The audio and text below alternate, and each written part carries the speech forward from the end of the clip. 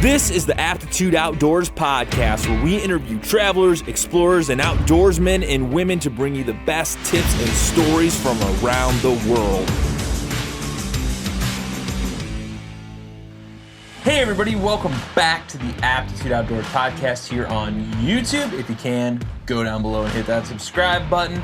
Now, I just released an episode with Tim Garland of the Trail Connection podcast, and if you listened to it or watched it throughout the whole episode, I kept talking about this other episode that we recorded in the past that never got released, blah, blah, blah. Well, I had it on my computer, and I was thinking, January is a super long month. Why the heck not just put it out there, because it already exists. I'll put it out there kind of like a bonus episode if you guys want to watch it or listen to it. It's totally up to you, and I appreciate you guys watching. Let's dive into my other podcast with Tim and see what that one's all about. Hey, Tim. Nice to meet you, man. Finally get to talk in person over, what is this, Zoom? I don't know what we're using right now. Yeah, some goofy thing.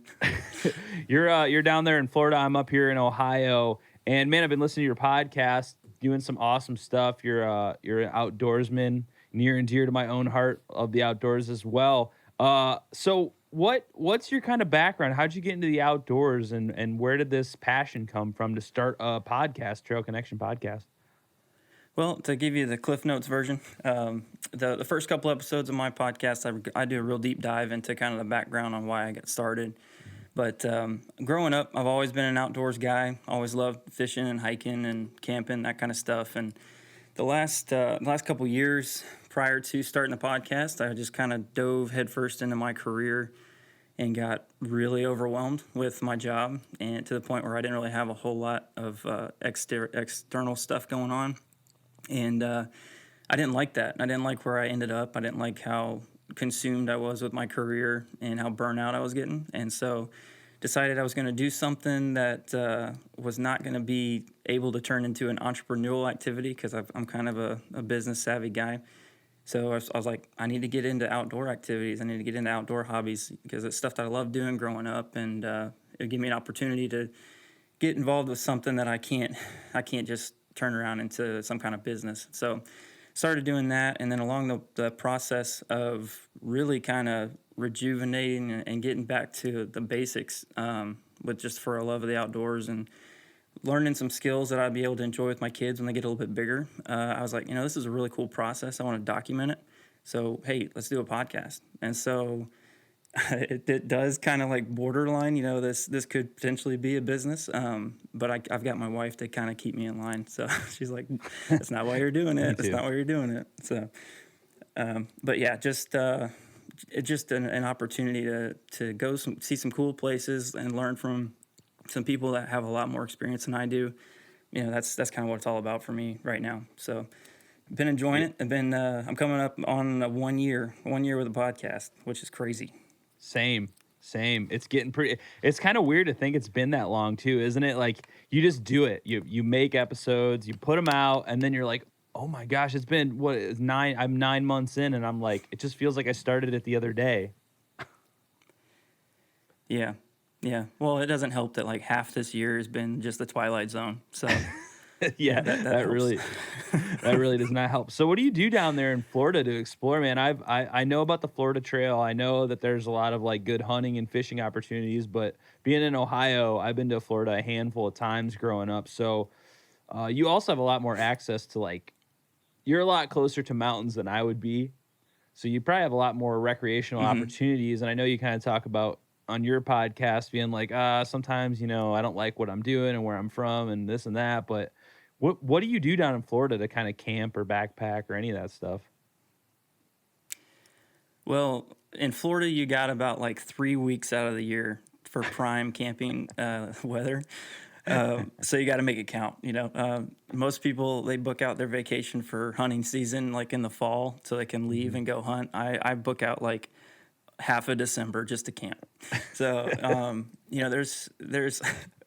there's just not a whole lot of opportunities down here for real comfortable camping. I I love it whenever you got crisp, cool air, cold, chilly nights. That's like ideal. But you can have a lot of fun down here in the fall time. The weather's still going to be like in the mid 70s, low 70s, which isn't ideal, but it's comfortable.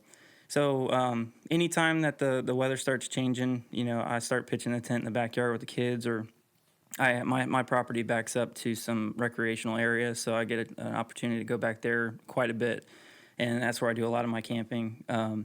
There's a lot of state parks and local areas within a 30 to 45-minute drive radius that you can get some like KOA type camping done. Mm-hmm. Some of those places offer primitive camping, which is cool. I do a lot of kayaking. I do a lot of on Hillsborough River and Manatee River. Different spots around here. There's a lot of springs to go tubing or swimming or kayaking on. We're about an hour from the beach, so I have an opportunity to go out there quite a bit. Do a little bit of fishing. My brother's more of the hunter and angler of the family. I'm kind of the outdoorsy hiking and camping kind of guy. He always says, if I'm gonna go walking somewhere, I got to kill something to make it worthwhile. So, He's not going to be on the podcast, I don't think.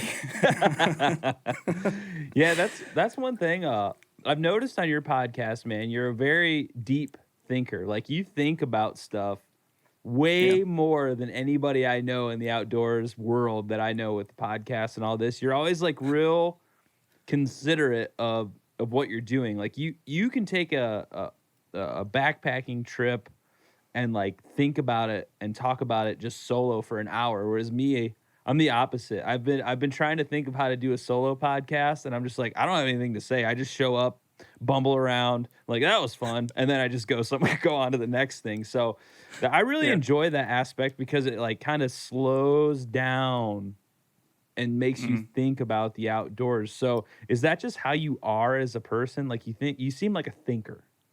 Yeah, I'm a deep thinker for sure. I probably come across on the podcast as like this real somber, like not fun person at all. No. Which is totally opposite. Like the feel I get from your podcast, it's like super energetic and really fun, and like I love the interaction that you have with your guests and stuff. That your personality translates really well through the interview process. But, that's not me. I am definitely like a thinker and one that kind of can find some deep meaning and stuff. A great scenery or a good atmosphere can really kind of spark my imagination. But, as far as that just being who I am all the time, like, I assure you, I wouldn't bore you to death if we went camping together, looking at, studying the meaning of life about everything. Hey, man, I need that. I don't think about anything. We just got back from Pictured Rocks up in Michigan, and it was like boom, boom, boom, boom. We take pictures, we run, we do the trail. We're gonna go this place, and we drove home. So it's like I'm just like 24/7 energy, and then I crash. That's what I do. That's man. That can be fun. I think we need that though. Like, there's a dichotomy between what you do and what I do. And I really enjoy that you do a lot of your podcasting out in the woods because, I'm always in this controlled environment. I mean, if people are watching this, you can see I'm in this room. You can hear a lot of ambient, like, woods noises. The one I just listened to earlier, you were kayaking. You could hear, like, owls in the background. And it's just, like, this awesome ambiance to the podcast. I think that's really cool because you just kind of, like, go out, you do an activity, you go explore something, and then you just kind of talk about it and how you feel and how things are going and what you're trying to get off your chest. And like, that's really important because that's what the outdoors to me is about. Like, when I'm not talking about it, I do the same thing. I'm out there just chilling and letting it be.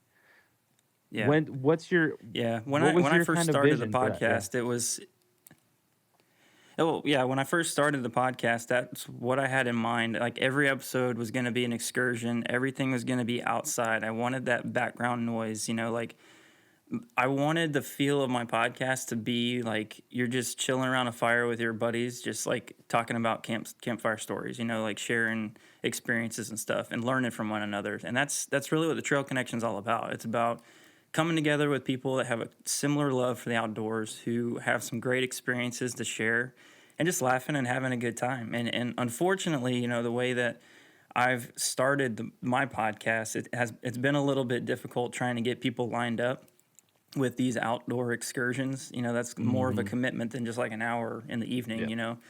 So I've had to adapt, and so that's why you got the studio. That's why I've got this set up to where I can bring some people in and maybe just splice over some video of a cool trip that I've taken. But ideally, I want it to be excursion based, and so as I progress through the season that I've got planned, then there'll be more and more of those types of episodes. But I just want to mix in a little bit of like how to. My thought and philosophy on life in general. And then really, because I'm kind of a newer hiker, I'm wanting to try to bring my audience along the way with like learning about the different processes of selecting gear and planning your hikes and taking these trips and stuff, because it's all kind of new to me. And the whole concept behind my podcast is to really kind of document all of that for my kids, because they're pretty young. And they'll be able to see later on, whenever they look back, that, hey, Dad didn't really know what he was doing, and this is how he learned. This is how he went about it. He learned from people, and so that's why it's important to connect with one another.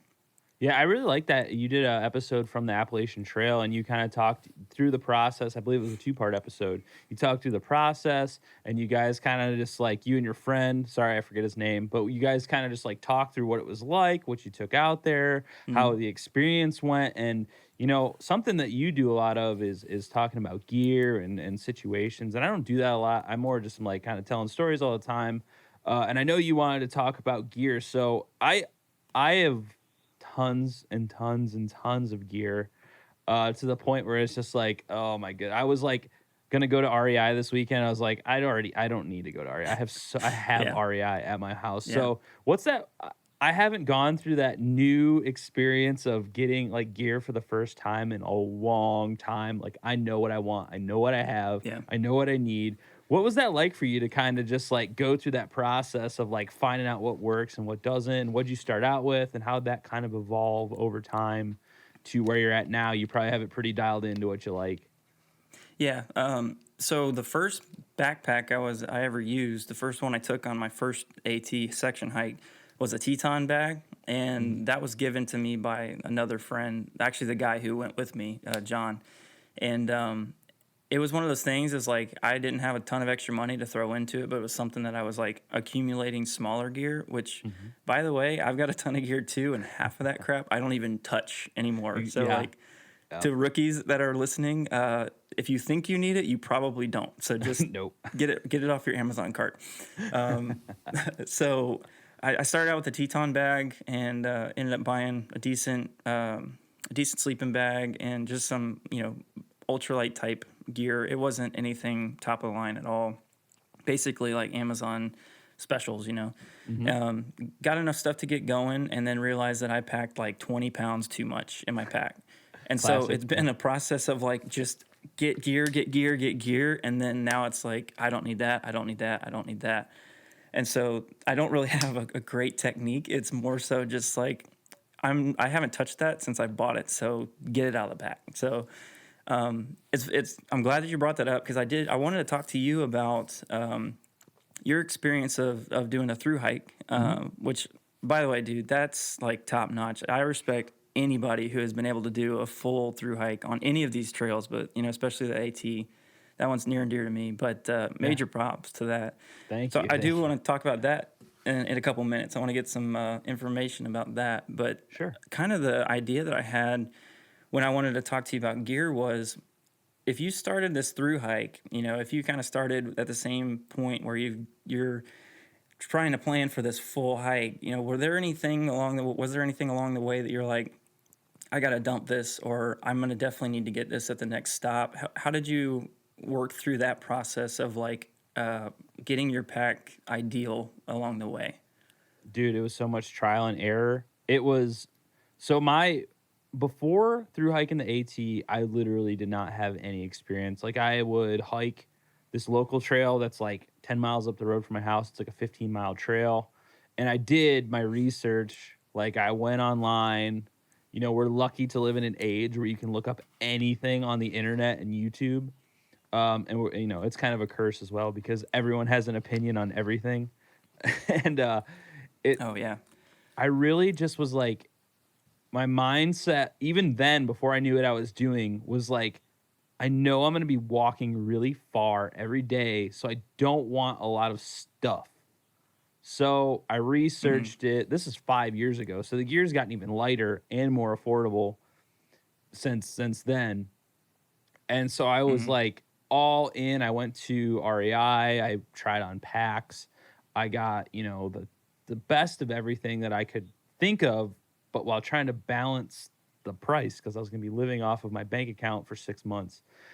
And yeah, man, it was a lot of research. I ended up going with the lightest gear that I could afford, which is always kind of my suggestion to people starting out is like, you don't have to buy the $350 backpack. You don't have to buy the $200 sleeping pad, especially now. I mean, when I started out, a Thermarest Neo Air was like $250. And it's a great thing, but they make $70 sleeping pads now that are pretty dang comparable to that. So it's like, but I did the research. I bought the nice gear, which I still use today. I still have like an Osprey, like 58-liter pack, Exos 58-liter pack. It's not the lightest backpack on the market or whatever, but I don't care. Like it's a functional backpack. And at this point, like the evolution has gotten it's like the opposite of when I started. Like now I don't care because the longest backpacking trip I go on anymore, I would say is maybe 5 days at the absolute most. So I already have all the ultralight, quote unquote, ultralight gear. I used to have these big checklists and I blah, blah, blah. And now it's just like, I've done it so many times. I just know what I need. And it's super easy in my brain. Like you need something like a sleep system, whether it's a hammock, whether it's a tent, like whatever you want. It's cool. Use it. If there's trees, use a hammock. If there's not, use a tent or whichever you prefer. Like a sleeping pad of some sort, a cook set of some sort. Like I don't even, like the brands don't matter. I'm like, whatever's in the box I have in my garage of old gear that's laying around, I just throw it in a bag. And like food. Like it's cool. I'll bring a camera now because all I do is apparently post stuff on the internet. And it's like, I think that's the point that a lot of people should try and get to is like, yeah, you've made the mistakes. You brought the gear you didn't need. And some of the stuff, throughout the years you just learn is completely useless. Like, for an example, I used to bring, what are those? Like the trowel. Like I haven't brought a trowel with me in any years. There's gear like, I don't know, in the mountains, trekking poles are useful, but around where I'm at right now, Ohio, Michigan, Indiana, like I don't need trekking poles. And just little weird stuff that you don't necessarily think of. Like, but on the flip side, there's stuff that I do bring now that I wouldn't have brought before. Like I always bring a camp pillow. I don't care if it's 5 extra ounces. I don't care about that. I always bring that. I always bring my DSLR now because I just like taking pictures. And it's like, actually my pack's gotten heavier, but I have more enjoyment out of it, I bring... Yeah, no, that's good because like mine was totally opposite. Like I started heavy, but I had like a snake bite kit and like, my little collapsible chair, which I do love. And that's something that like, I'm on the fence so many times with that thing because it's like, yeah, it's extra gear, but it's so nice to like just kick back at the end of a day, especially when you do like a 12 or 13 mile day. So that's kind of one of those ones. It's like, it's probably always going to come no matter what. But I've kind of gone through the process of like the first couple of hikes that I've done, either whatever gear hurt me or was just like, no, this is just too heavy. Like that just, I axed it. It was gone. So I actually got a brand new Osprey pack like right when I got back from that first section hike because that Teton was great. I mean, those are good packs. They're good starter packs, but there's just like no comfort around the shoulders, and it's really hard to get them cinched down around the waist to where you're carrying the majority of your weight like on your shoulders. And so that was just like, I've got to do this if I'm going to be effective next time. So there's those necessity buys that come after, or I say necessities. That's what I tell my wife. So like, it's gonna hurt me, babe. It's gonna hurt my back. So, no, for real, it's one of those things. It's just like I love gear too, but I can almost get to a point where I'm just buying stuff that's useless. And so, like I said, I got a ton of stuff sitting in the closet right now. I'm actually going through the process of organizing and getting rid of some of it because it's just, why did I buy it? Why do I have this stuff that I've never used? So, no, that's good. That's good input. I was just curious, like, along the way, because every time you hop on the AT, pretty much at every shelter or halfway between the shelters, you find like random stuff hanging on tree branches or like stuffed in those bear boxes and stuff like that. Which actually works out pretty good because the last trip that I did, I don't know if you listened to that episode or not, but I ended up using somebody's pants that they left in there because mine were soaked. I thought that was hilarious. I've never stolen anybody's pants. Not stolen, but taken old pants. Yeah. But I've been close a few times. that was one of those things where I was just like, I'm doing it for the story. Yeah, man. I mean, honestly, the most important gear to me is my shoes because I have messed up feet. Like my feet are super screwed up, and like I've gone through so many pairs of shoes. I used to wear boots. Now I've switched over to trail runners, and I've gone through like, I don't know, I'm on like my 5th different style of trail runner. I think I finally found one that I actually doesn't hurt my feet all the way. I just got a pair of Brooks. I don't even know what model they are, trail runners. I just got them off REI's outlet. I was like, these look cool. To me, that's like the most important because once your feet are fried, it's like game over. You're done. If you don't if your feet can't handle it, it's over. Like you can handle a pack rubbing on your back. You can handle a little bit of extra weight if your legs are in good shape, and you can handle a lot. But like if your feet go, it's over. You're done. Like you're just gonna suffer. Yeah.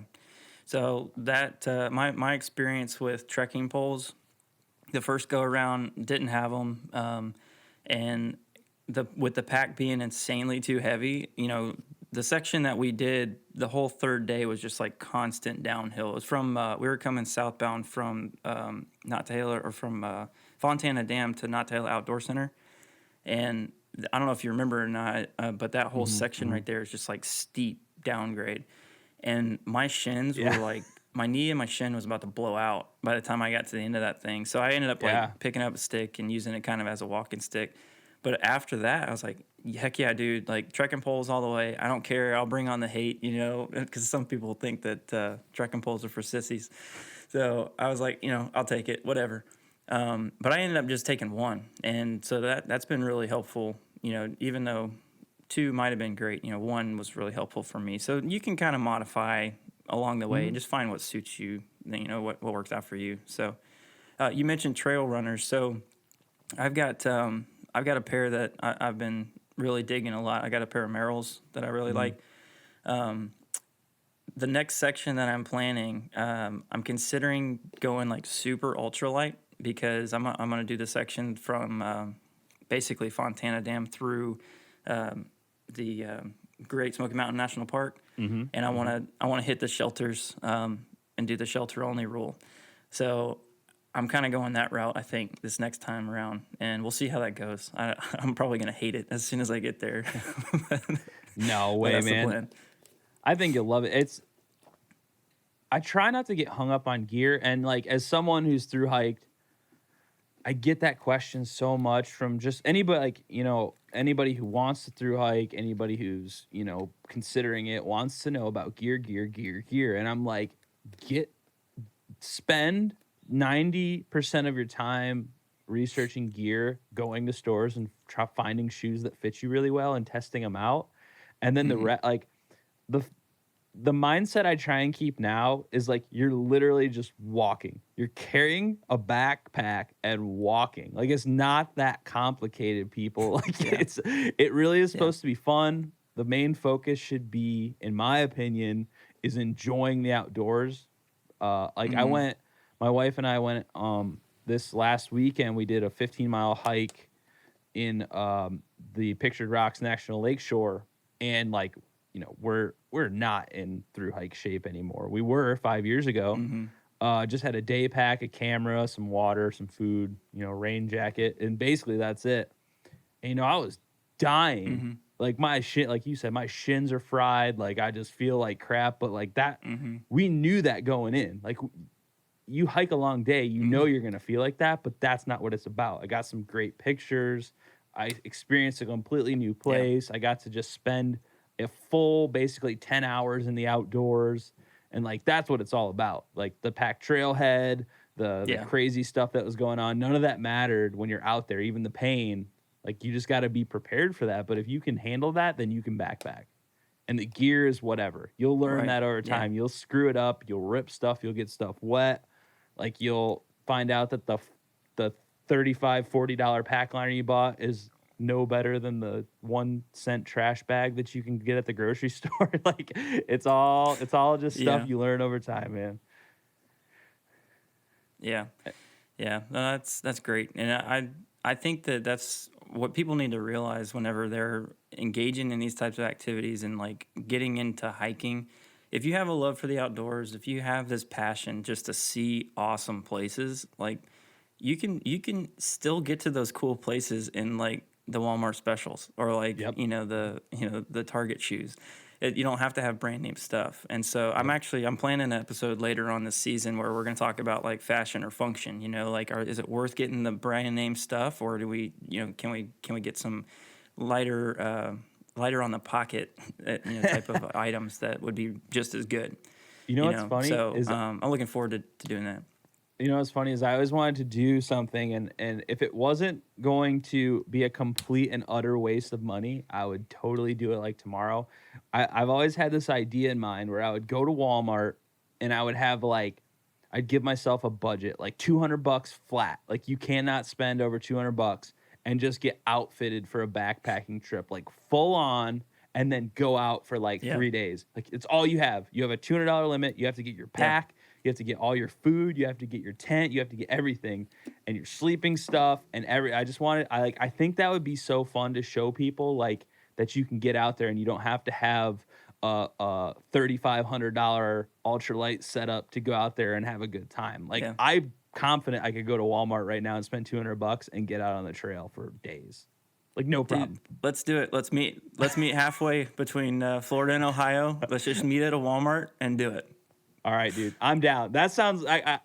You're the guy to do it with, because we can make it happen. We'll have a fun backpacking trip because it's doable. And Walmart, like, actually, I don't know why this isn't a Walmart promo. Like Walmart kind of sucks in general, but like you could go there, like they treat everybody like garbage, but you go there and get gear and have a good time. Yeah, like you can buy a Sawyer water filter at Walmart. Like They have stuff. Well, the other thing is, like, we're going to get there and realize that $200 budget's not enough at Walmart anymore. So, like, they've actually jacked their prices up. So, we'll end up going out with, like, a sleeping bag and, like, a bug net. But I'm cool with that, too. Yeah, I could totally dig it. So let me take you deep real quick, since we're talking about I'm a deep thinker. What was the biggest takeaway from your thru hike? You know, what's something, or I guess let me back up. What pushed you to do a thru hike, and then what was like the biggest lesson learned from it? So those are two great questions, because those are questions that I ask people who thru hike when they come on the podcast. So the inspiration to thru hike, it was just this weird combination of things. Like I have always been somewhat interested in the outdoors growing up, and I've told this story on my podcast like 50 times already, but like, you know, as a kid, I grew up in the outdoors. My dad forced us to do outdoor stuff all the time. It's like just always outside. And then I got into college, got real idealistic, did the whole, you know, save the planet vegetarian thing for a couple years. And then, you know, I was like, when I was getting my anthropology degree, I learned about all these cultures around the world, and they still live in these primitive ways. They do these, they live off the land and any semblance of that, whatever, however you want to take it, people are always, oh, it's not how they actually, they're just doing that on camera, whatever. People still live like that around the world, and I was like, you know what? I've never had to live like that. I've never had to experience any hardship. I grew up in like middle class, Midwest, like in Southern Michigan. My idea of a bad weekend was, having to split wood with my dad and, do this manual labor, and then like, oh, woe is me. I was like, I've never done anything worth a crap. And like, there, you read about these cultures that grow up and they go through these just like brutal challenges to like prove they're a man or to prove they're a woman. Native Americans would go sit out on a hill with no food and water for like days and days at a time. Some of these cultures, they have to like, get like permanent body scarring, and they have to do these like insane challenges. And I feel like we've kind of wimped down as a culture. Like we don't have that anymore. We go to school, we go to college, or we go into the workforce and then just wash, rinse, repeat until we retire. And it's like, I've never, I want that experience to like I never felt like I don't want to, it sounds weird, but like I never felt like I developed into a man. Like I just was like doing the same old rigmarole that everybody else is doing. And I was just like, I need a hardship to prove that to myself that like, I'm more to me than just another 9-to-5, dude doing what he does. And I hit the AT, and it was life-changing, man. I mean, some days you wake up and you feel great and you're having a good day and everything's going to plan, and you see mountain views and you see your friends and you just, you eat, ramen, and it's so much fun and everybody's giggling, and somebody brought a bottle of Jim Beam and you're all having a good time. And then the next day it's windy. Hey, you have hail blowing in your eyes. You're on the verge of hypothermia. You don't want to wake up and get out of your tent, but if you don't, you're going to not make it. And you got to push yourself. And it's this continual balance of like enjoyment, just miserable days, and like physical, mental fatigue. And it's amazing. I feel like everyone should experience that in some way. You don't have to do a thru hike, but you should do something hard when you're at that age where you still don't know what you want to do. Like coming out into my coming like in early 20s, like I have no idea what I'm doing with my life. I don't know. I still feel like I don't know what I'm doing with my life. And then you get this like 6-month time frame to just think. There's nothing but you walking and your brain. There's nothing there. It's just you and yourself. And that really like changed me at a core level. Like, believe it or not, I'm not joking with you. Before the thru hike, before all this stuff, I was pretty timid. Like I was shy. Like I'm not like outgoing. It's like scared to initiate a conversation with another person. Like, whoa, I'm not talking to that guy. And like now I have a freaking podcast. Yeah. So to show you the transformation, like of what that can do to someone, because I'm not scared anymore. I've almost been in situations where I could almost die on the AT. I've been hypothermic. I've been on the verge of like death, and it's like terrified. I've run into bears and all the stuff that you're scared of. That happens. All the stuff that you could ever think of sitting in a couch at home that you never want to experience happens. And then you're like, what the hell am I scared of? What am I scared of? And that's the transformation right there, man. Like I am happy to do what I'm doing right now. And I'm very much not scared of things. Like, I'm not like macho man, but I'm not like afraid to do things. Like I would have never reached out to you before in cold conversation. Like, hey Tim, you want a podcast? I would never have done that. I've been like, no, I don't want to bother this guy. And like, that's that life-changing thing. And, not to ramble on forever, but that's that's a big thing for me. And it's like, I'll never be able to undo that, thankfully, because it was just so life altering. And I kind of wish I could do it again. Like the cards aren't right for me right now. I'm really into podcasting and talking with people that have similar experiences, but like, and I'm sure you're getting that experience now too with pushing yourself. Like you're relatively new to backpacking, but like you said, you had bad days out there, but you keep going back. Yeah. You just keep going back out there because it's so enjoyable. What do you get out of it? Yeah, man, that's fantastic. I had a similar experience, that kind of pushed me to do a section hike. I mean, I'm just not at a phase of life where through hikes even on the table. But Most people aren't. It's a lot. I mean, unless you hit it like right after college or like right after high school where you're transitioning, that like it just doesn't happen, and unless you just like walk away from everything or everything walks away from you, Mm-hmm. And I definitely feel like, for me, I was getting to a point in my career to where if I didn't do something different, like I was just going to have a breakdown. And I pretty much did, but in a positive way, where like I just was like, you know what? I'm committing way too much of my time and my thought process to this place that if they let me go tomorrow, they wouldn't even care like what I'm up to. So, it's time for me to find some balance in my life. And so, just doing a short section hike, I found so much like depth to that experience, just setting a goal, accomplishing that goal, and like fighting through this inexperience and fatigue and, all that same stuff. I mean, I'm sure anybody's listened to the first couple episodes of my podcast. I talked a little bit about my first experience on the AT. It was terrifying. I mean, I literally got out of the car onto the approach, from the dam right there.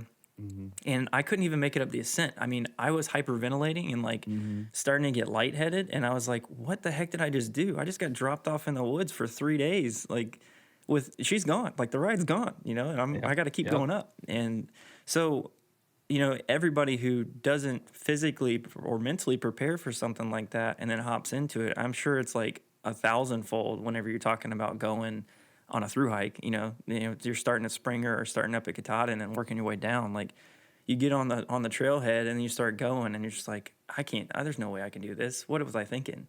But you fight through that, and every lesson you learn, it comes from pushing yourself through something or working over a hurdle or working over some physical ailment that, is starting. And, I started making a journal, that first hike I did.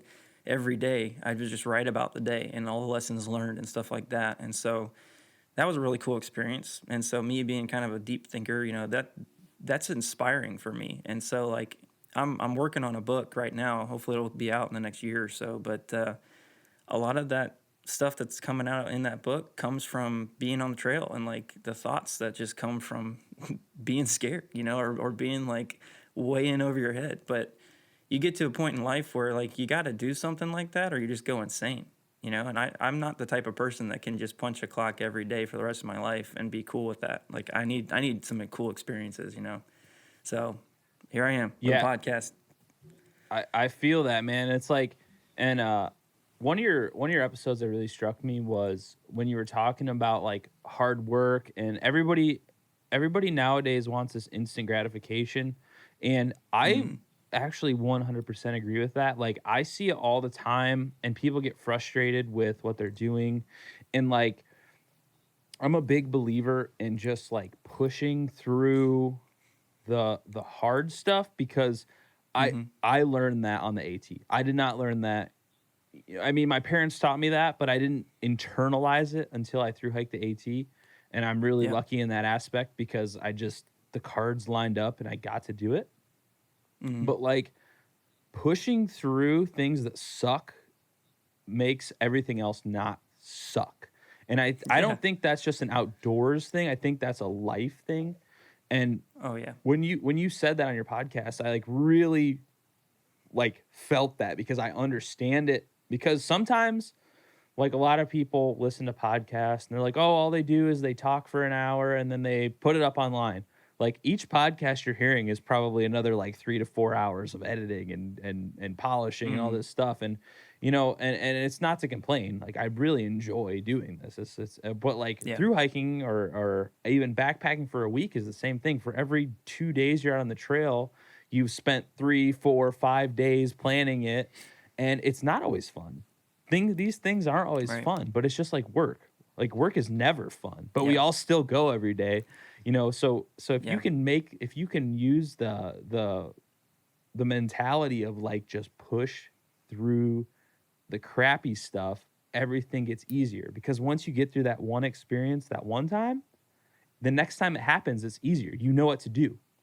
Like, Yeah. I didn't know what to do the first time I ran out of water and got dehydrated and had like a massive splitting headache.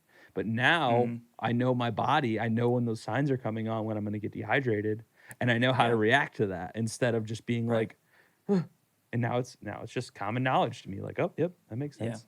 So what's No, I your mean, what's your perspective on hard work and dedication and stuff like that?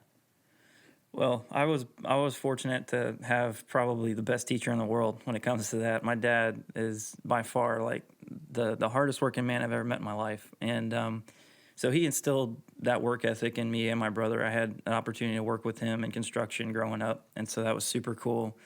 Kind of the same thing you mentioned, chopping wood. It's not fun, but looking No. back on that, like that's some of probably like my fondest memories with him was just like getting to hang out with him and my brother all day at work. And so, I got that opportunity, and it was really cool. Most people don't have that, so I do recognize that as a tremendous blessing.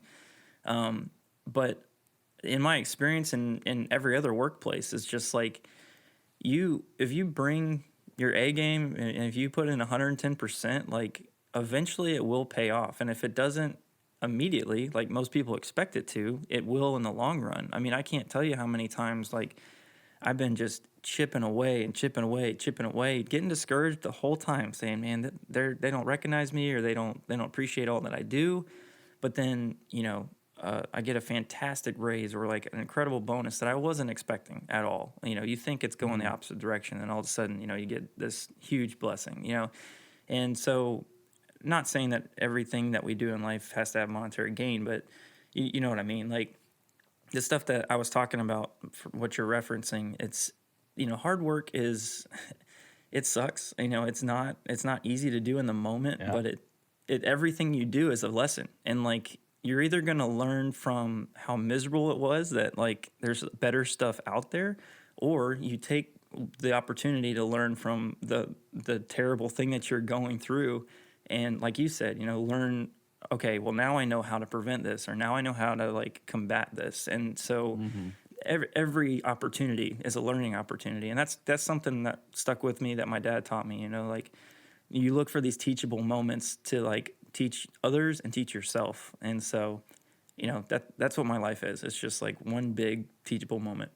So, Yeah. One thing that a lot of people are interested in hearing about, and you've covered this on your podcast, is kids in the outdoors. I don't have any kids. I think you said you have 4 kids.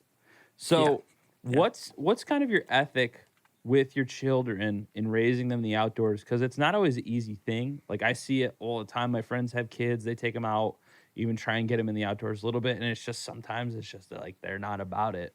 But it sounds like your kids are into it. So what are your kind of goals, and what are kind of things you do with your kids to get them into the outdoors? Yeah, well, it really depends on the day if they're into it or not. So there's plenty of days where they're like, "Yeah, Dad, let's go hiking." But as soon as we get on the trail, they're like, "I'm hungry. I'm tired. Can you carry me?"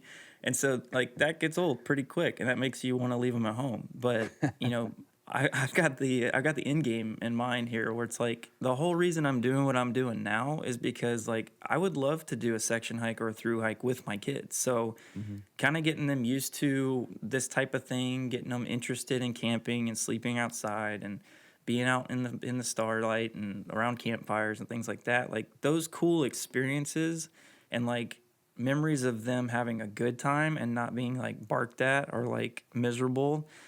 Will really help cultivate, a love for it later. Because, I mean, all my positive memories of that, I'm hanging out with my dad around a campfire. I'm hanging out with my brother and my uncles or whatever, It's all positive. And so, some of the folks that I spoke with before that don't care for the outdoors, a lot of that stems from having bad experiences with family or, with friends. And so, for me, it's really just a priority to make sure that the times that we do spend outside I'm extremely patient and like really forgiving when it comes to my expectations, and then also trying to find things that are going to be really memorable for them, to where it's not just like dragging them along to something that I really want to do and they just better like it. Excuse me. But like, you know, that's unfortunately, I think that's kind of how it goes most of the time, because a lot of adults are really selfish with their time, and myself included, to where like I get mad. Like if my kids aren't having fun with something that I want to do, I'm like, come on, guys. Like seriously, you said you want to come hiking. We're going to do a 12-mile hike. Come on. But Children like aren't 7. rational sometimes. Yeah. Yeah, they're like 6 and 7 and 4. So like they're not going to do that. You know, I just got to have a realistic expectation. But you know, it is a priority for me and my wife to make sure that our kids are outside a lot and they just enjoy the time that they spend out there with us, and those memories are there. You know, actually yesterday was something super cool. We're homeschooling our kids, and I get to teach them geography right now. And so in one of the lessons, we were going over how to use the compass and like the directions and everything. And so just getting them outside with like a rock and, you know, showing them how the sun makes shadows and all that kind of stuff, and talk to them about north and south and all that. Like they're asking for more geography lessons now, because that was really impactful. So like that's gonna be how I hook them. You know, like that's just giving them really cool experiences to where they enjoy it and they learn, and then they're like, Dad, let's do it again. So that's my goal. That's what I'm going for. That's really admirable, man. And all the guests I've had that do have kids, it's like the same thing. Like, yes, it's frustrating because I try and get my nieces and nephews outside and stuff, and it's the same thing. Like, I love it so much, and they're like, this sucks. And I'm like, no, you suck. This is awesome. And it's just like hard. It's hard to rationalize with a little terrorist child that doesn't care about what you like. You're just like, this is got great. Your priorities messed up, man. Yeah. But I mean, you can't be mad. Like it does suck sometimes. It's hot, you know, there's no video games, but you know, you can't blame them. They're kids. Like I was the same way, and I love it now. Like there's no argument there. Another thing that's really cool is you're into kayaking. I personally love kayaking and canoeing because you get to go to cool places that you don't necessarily get with hiking. And one of the things that I was on your podcast, you're talking, they're like, oh, look, here's an alligator. I was like, dude, no.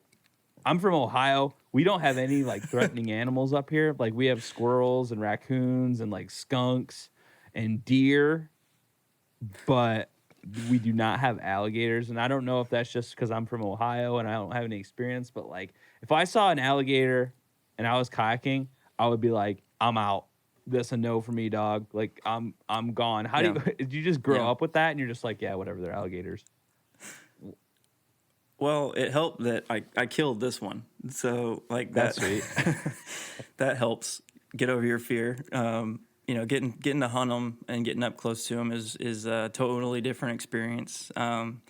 But yeah, growing up in Florida, you just see them all the time. You know, it's the same thing as like seeing lizards everywhere, or like seeing snakes and stuff like that. You know, if you see them quite a bit, you kind of get familiar with them. I still have a healthy respect for them. I mean, absolutely. You know, these things could tear you apart, and you get around mating season. That's a mama. I mean, yeah, she'll be aggressive, and so like I don't want to just downplay them completely because they are dangerous, but for me, like I don't freak out about it too much because like I've conquered one. So I guess that's the main thing. But well, the thing that like I can understand. You're talking about like going into swim. You're talking about like going into swimming holes and like how. What's the safety measure with an alligator? Like I have no like center or like way of dealing. I don't know what to do. Like if you're swimming and an alligator pops up, like what do you do? Like I would be like, I'm gonna die. Well, that's all I would think. I'm gonna be honest with you. If that happened to me, I'd probably be a little nervous too. That hasn't happened to me yet. I've seen them lying on banks, or I've seen them like swimming up in the brushes, you know, on the edges of the lakes and stuff. But like, probably the closest thing that I've ever had to that is like, you know, water skiing out in one of the lakes nearby. You know, we're out riding around, and you fall off the skis, and then like 30 feet, 40 feet away, a gator pops up. You know, that's a little freaky, but I guess just being aware of your surroundings, where you're at, you know, like these random swimming holes in the woods, if they're super black, like I wouldn't even get in, you know, like the color of the water and that kind of stuff has a lot to do with it. And then just to like time of year, around the fall time is kind of when they're mating and a little more aggressive. Or not, I'm sorry, it might be I think it's in March that they're more aggressive.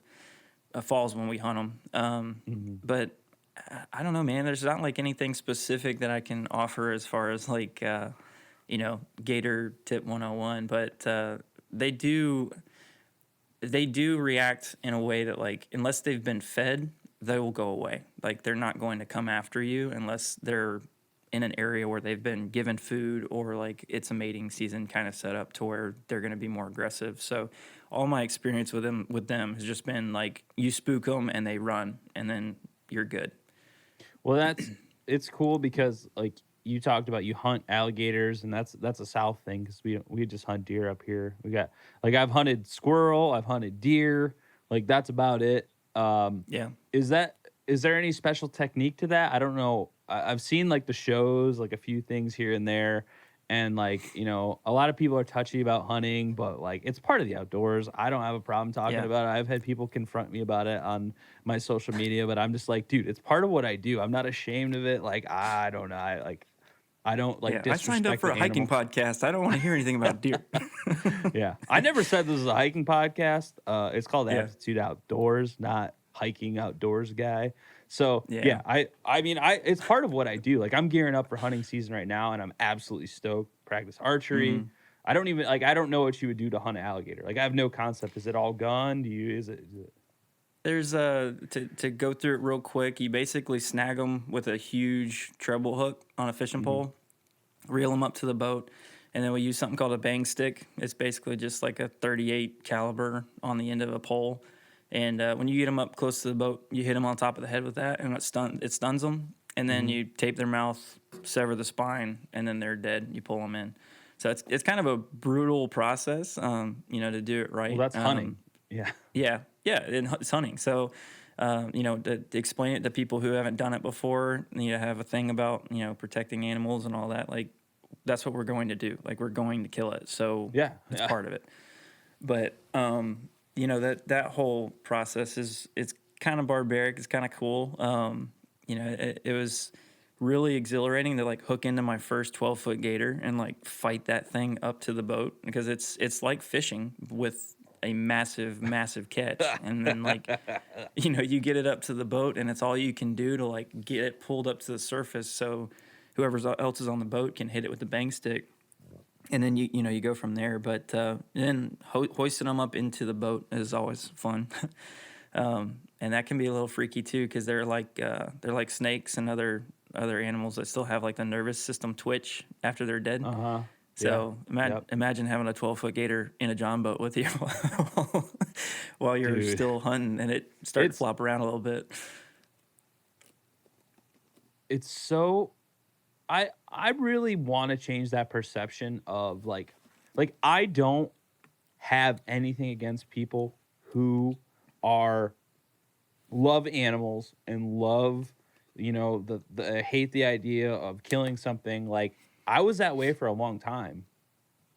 But then again, like, there's no more basic, it's not even a human trait. It's a, like, any animal on earth is hunting something for the most part, unless it's like a squirrel that eats nuts or, it's part of the natural process of life.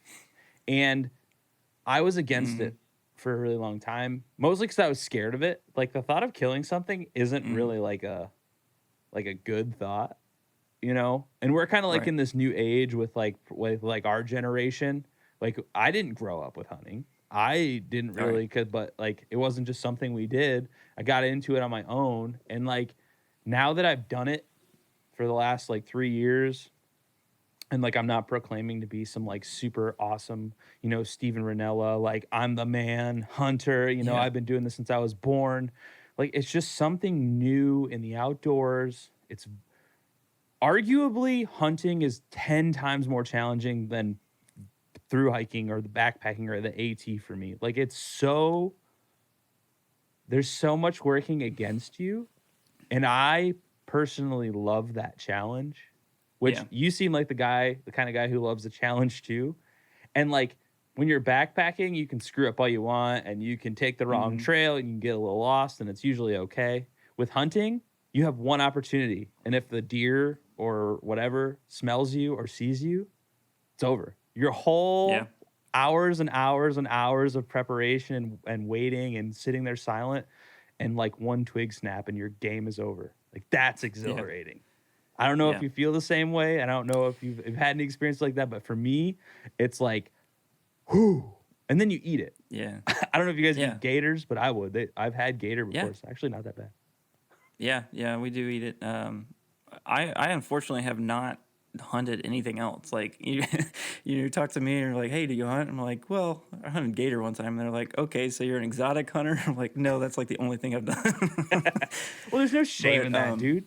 Yeah. Well, I mean, it was one of those things that, like I said, my brother's like the avid hunter and angler of the family, and he got into gator hunting like 10 years ago, and was like, "Hey, you want to go?" And I was like, "Yeah, absolutely." So I put in, got some tags, and it's the same process as if you're going to deer hunt or anything else. You got to go through the process of getting permits and all that. So you just don't really operate any firearms, so except for the bang stick, and so. For me, like I have this desire to deer hunt and to hog hunt and do all that other stuff because I would eat it and I do eat it whenever it's available, but like I just haven't had the opportunity to do that. And any time that I've gotten to a point financially where like I can invest some money into a hobby, like hunting's not at the top of my list. So podcasting is expensive. Yeah. Well, I mean, getting into backpacking and all that kind of stuff, like I'm going down that road. Eventually, like I would love to do what Steve Ranella does, like just do a weekend trip, go out, hike, kill something, dress it in the field, and bring it back. Like that would be awesome. But that's like 10 years from now. Well, and luckily for me, like I'm facing a window right now. If anybody's watching the video or listening, whatever, in front of me, and there's a cornfield like a quarter of a mile like through the cornfield is like a wood lot, and that's where I get to hunt. So I'm very lucky with that. Yeah. But it's something that I feel like a lot of people are either on one side or the other. They're like, oh, I'm like an adventure explorer, kind of like backwoods guy, or I'm a hunter or fisherman. Like there's like I feel like there's not a lot of overlap sometimes, and I could be completely wrong. I'm just going off my personal experience, but everybody I know is one or the other. Not many people do both. Like the guys I hunt with, they hunt. The guys that I go backpacking with, they go backpacking. I'm the only one of them that does both and enjoys it. So like I don't know. I don't know if it's a generational thing. We kind of grew up in a different era or what, or everybody's different. I don't know. That's what I've personally experienced. I don't know.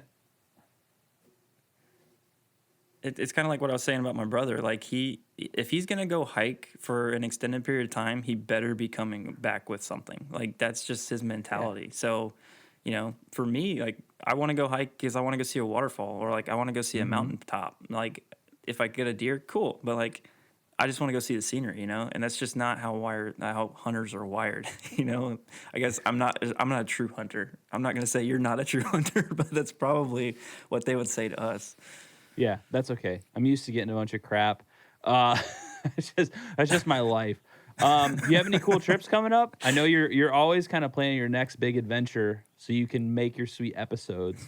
What's your kind of goal for the next season? I know you're coming up to a new year and.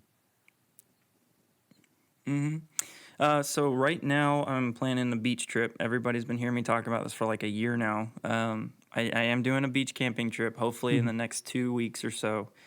I just got to get it scheduled with the way my rotation falls. I work shift work, so when I get a few days in between shifts, that's when I get to do that kind of stuff. And I'm also wanting to do another section of the AT.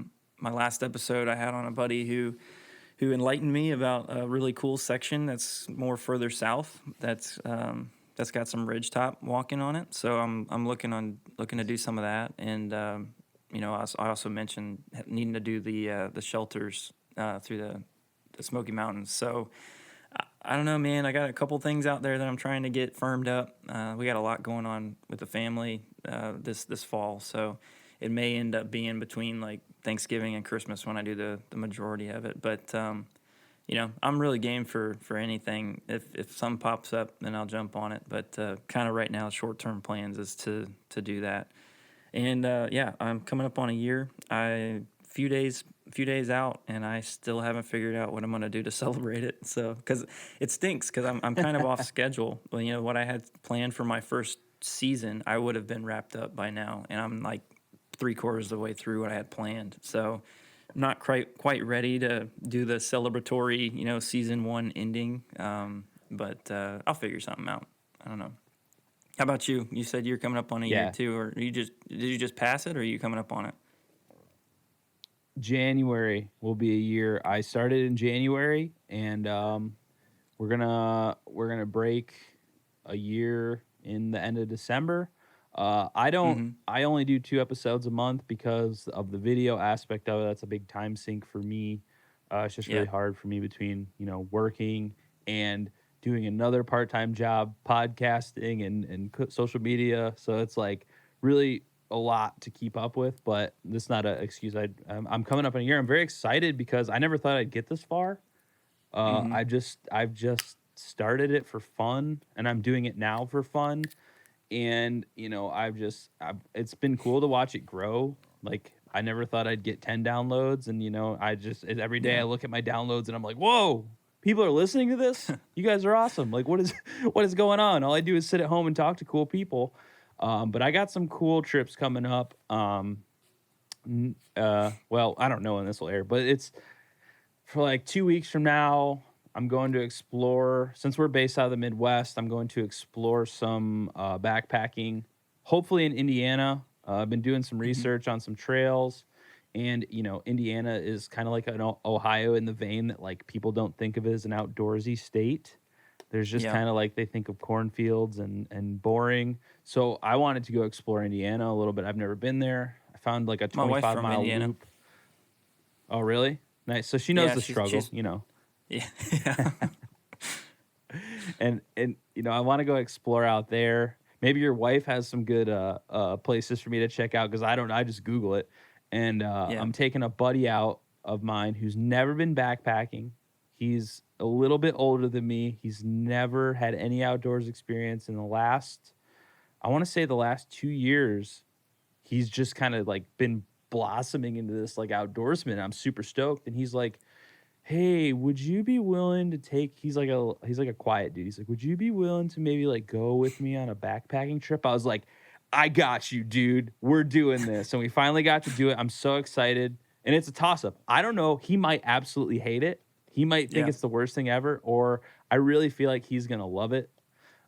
Because he's gotten into archery. He's gotten into him and his wife have been going all over and hiking and all over through Michigan, and they've just been loving it. And I think he's really going to enjoy it. And I'm going to do a podcast with him after it's over to kind of get his experience on as a new guy. And what it's like. And I'm very excited for that. I'm actually the most excited for that because I love getting people in the outdoors that have never been out really. And then we're kind of tossing up some ideas. We might be going to the Adirondacks, my wife and I, for our anniversary for like a week.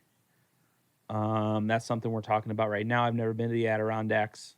I've thru hiked the AT. I've driven all over the country, but I've never been to the Adirondacks. It'd be something really nice to check out.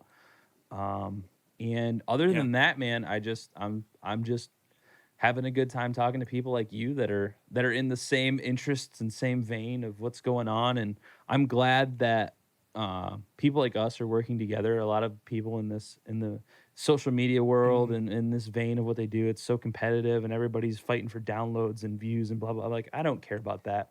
I want to talk to people that have a good time and are interested in the same thing as me. Cause as you probably know, it's hard to find people that like have this interest. Yeah. Well, I mean, have someone that's like willing to come on and talk about it. Like I was saying on my last episode, it's crazy. You mentioned that you're planning a trip on the AT or you're planning a trip to go somewhere, and like 15 people are like, oh, I've done that, or I've done part of that. And it's like, what? What are you talking about? Because you would never know. Like, there's all these closet hikers everywhere. But like, it is kind of cool to like find people who are like avid outdoorsmen who really, really enjoy it and like be able to connect with them and learn from their experiences. Because I mean, I could talk to people for hours about different stories, places they've gone, things they've done.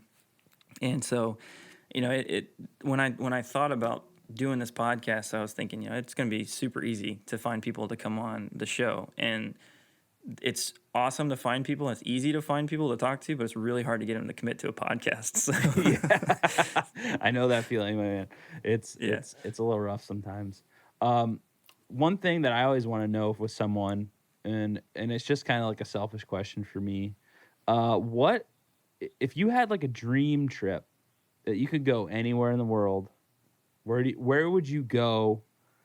I know you talk about, you have places that you want to go all the time in your podcast, but if there was like, you had zero worry about spending money, you could bring your wife and kids with you, you had no worries, where would you go explore? Ideal conditions. Yeah, I'd have to say the trip to Mordor in New Zealand, man. No way. That'd be so sweet. I'm a huge Lord of the Rings nerd. Yeah, I am too. No, I think that would be super cool to go over there to New Zealand. There's such beautiful landscape there, but honestly, like, and realistically, probably somewhere like on the Pacific coast, or up in Alaska. Like, I would love to just spend a week out in the woods, with my family on something like that, because the landscape out there is just incredible. I mean, I haven't seen a picture yet that I'm like, nah, I could pass on that. I mean, everything's just like, yeah, that's the goal right there. So, but top of notch, like absolute top of my bucket list, may not be like a long hike, but just a destination is Banff. Like, Banff National Park is the top spot for me. I want to go. Yeah, dude, that's crazy that you say that, because depending on how things are going next year with COVID, I have no idea what's going to happen, because it's like a complete toss up. Like, are things going to return back to normal, or are we going to be banned from international travel for eternity? I don't know, but we were in the discussion because my cousin, she's graduating college and she wants to go somewhere cool. And she suggested Banff. And I was like, I'm in. I will save every single vacation day I have. I will go for 2 weeks. I will do anything I have to do to go there. And now we're like in this waiting game. Like, can we go? And it's very frustrating because, dude, it's beautiful. And I'm a heck of a lot closer to Banff than you are. I know, man. I know. We're like neighbors with Canada practically. Anything you plan for us to go, it's like we gotta save for 3 years just to get out of state. Yeah. It's ridiculous. Yep. But yeah, that Banff it's like a postcard, but everywhere. That's what it looks like. And, my family's not very outdoorsy. So when they said that, I was like, yes, and yes. I will plan it. I will get everything set up. We will go there. We might be staying in tents and eating ramen, but we're going. Yeah. You're going to be a little chilly. It's pretty cold up there. Dude, it's cold in Ohio. We don't have that beautiful 70 and sunny Florida weather, Yeah. That's like what it is in like September. Right now, it's like in the top 80s, low 90s, to where like you walk outside and you're instantly drenched, and the humidity's pretty crazy. But it is cool enough. I can feel this slight bit of fall air coming. The pumpkin spice is on the airwaves. It's coming down. It's almost here. So. Yeah, well, we got that in full effect. I was like, I had to close the windows in my house today because it was getting a little too chilly. So, welcome to Ohio. Yeah, man. Dude, but hey, man, it was a good conversation. Sorry, I was just going to say, the only experience I have with Ohio is Cedar Point, and that's kind of where my father-in-law got to witness me screaming like a girl.